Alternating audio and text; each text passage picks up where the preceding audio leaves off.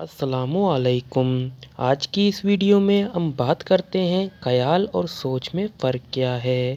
ہمیں ایسا لگتا ہے کہ ہم سوچتے ہیں، کیا ہم واقعی سوچتے ہیں؟ جبکہ حقیقت اس کے برعکس ہے۔ انسان ہرگز کچھ بھی نہیں سوچتا، ہم صرف محرک کا جواب دیتے ہیں۔ سوچ اپنی اصل میں ایک مردہ شے ہے۔ سوچ ذہن میں پیدا نہیں ہو رہی، یہ خود بخود وقوع پذیر نہیں ہو رہی۔ سوچ باہر ہے، یہ اندرونی نہیں۔ محرک باہر ہے، یہ بہت پیچیدہ سوال ہے۔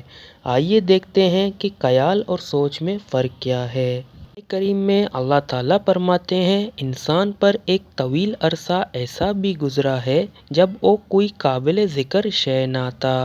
اگر وہ ہمارے جیسا کوئی انسان بھی تھا تو لازمی امر ہے کہ جانوروں کے قریب تر زندگی گزارتا تھا۔ ہماری کسلتیں بھی اس امر کی شہادت دیتی ہیں۔ ہر انسان میں کسی نہ کسی جانور کی صفت ہوتی ہے، جیسے کوئی بھیڑیا صفت، شیر کی طرح بہادر، لومڑی کی طرح چالاک اور سانپ کی طرح خطرناک ہوا کرتا ہے۔ اس اولین دور کے انسان میں عقل و فہم نام کی کوئی شے نہ تھی۔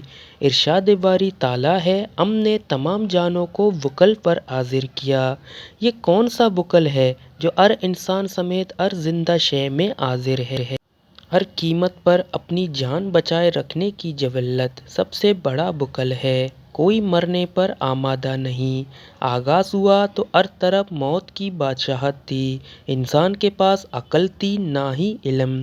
نتیجہ یہ تھا کہ دوسرے تمام جانداروں کے ساتھ انسان بھی تیزی سے مر رہا تھا۔ ہر شے اس کی دشمن تھی۔ کبھی سانپ نے کاٹا تو کبھی کسی کائی سے نیچے جا گرا، کبھی درندوں نے چیر پاڑ کر رکھ دیا تو کبھی پانی میں ڈوب مرا۔ پھر ایک دن اس نے مرنے سے انکار کر دیا۔ 100 میں سے 99 انسان پہاڑ سے گر کر مرے، لیکن آخری انسان نے موت کی شدید ترین تیز ہوتے محرک کو تیزی سے جواب دیا، نیچے ایسا کیا ہے جو جاتا ہے واپس نہیں آتا؟ اسے پہلی بار خوف کے سرد احساس سے شناسائی ہوئی۔ میں ایسا نہیں کروں گا جیسے مجھ سے پہلے والے کر رہے ہیں۔ حادثہ ٹل گیا، وہ بچ گیا، زندگی کو قرار آنے لگی۔ آج کل انسان نے جو کچھ بھی سیکھا ہے، اٹ اور ٹریل سے سیکھنا شروع کیا ہے۔ پھر وہ سوچتا ہوا انسان بن گیا۔ ہزاروں سال گزرتے چلے گئے، محرک کی تعداد بے اندازہ بڑھ گئی، اس کے رد عمل میں جواب بھی بڑھتا گیا۔ نسل در نسل یہ معلومات شفٹ ہوتی رہی۔ کچھ جینز سے اور بہت سا علم کے طور پر بھی انسان کی نسل کو آگے منتقل ہوتا رہا، جس کے نتیجے میں انسان ہر گزرتے دن کے ساتھ مزید سوچنے والا بنتا چلا گیا۔ انسان سوچتا نہیں، صرف محرک کو جواب دیتا ہے۔ خیال ایک میموری ہے، یادداشت ہے۔ ذہن میں خیال کی مخصوص ترتیب یعنی پیٹرنز ہیں۔ جیسے جوتا ایک محرک ہے جس کا جواب پاؤں ہے، مگر اس کا ایک پیٹرن ہے جس میں ایسے تمام میموریز ایک ہی جگہ محفوظ ہیں جن کا تعلق جوتے اور پاؤں سے ہو سکتا ہے۔ جیسے موچی ہے، چپل ہے، بوٹ اور تسمے، شو پالش اور جوتے بنانے والی کمپنیوں کے اشتہارات تک۔ جوتا ٹوٹ جانے کا کوئی واقعہ بھی اسی پیٹرن میں ہے۔ اسی طرح جوتا ٹوٹ جانے پر جس جگہ جس وقت پر پہنچ نہ پانے کی وجہ سے ندامت ہوئی، اس کا خیال بھی اسی جوتے کے خیال کے ساتھ پیٹرن سے جڑا ہوا ہے۔ یہ بیچ در بیچ خیالات کا ایک لامتناہی سلسلہ ہے جو یادداشت کی صورت میں ہمارے ذہن میں محفوظ ہوتا ہے۔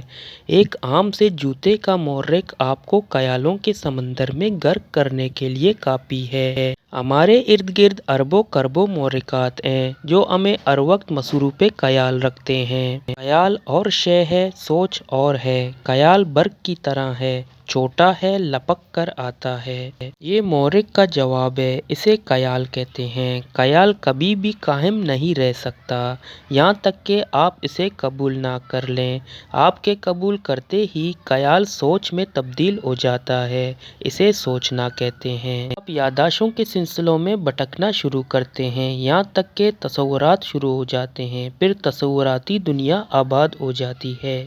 انسان اپنے خیالوں سے سوچتا ہوا تصورات کی جان کو آباد کرتا ہے، لوگوں سے بدلے لیتا ہے، گزرتے واقعات کو دہراتا ہے، خیالی کامیابیوں کے جھنڈے گاڑتا ہے، محبوبہ سے ملاقاتیں کرتا ہے اور اپنی سوچوں میں عمارات کی بلندیوں کو جاتا انسان۔ یہ سب ذہنی خود لذتی کہلاتی ہے۔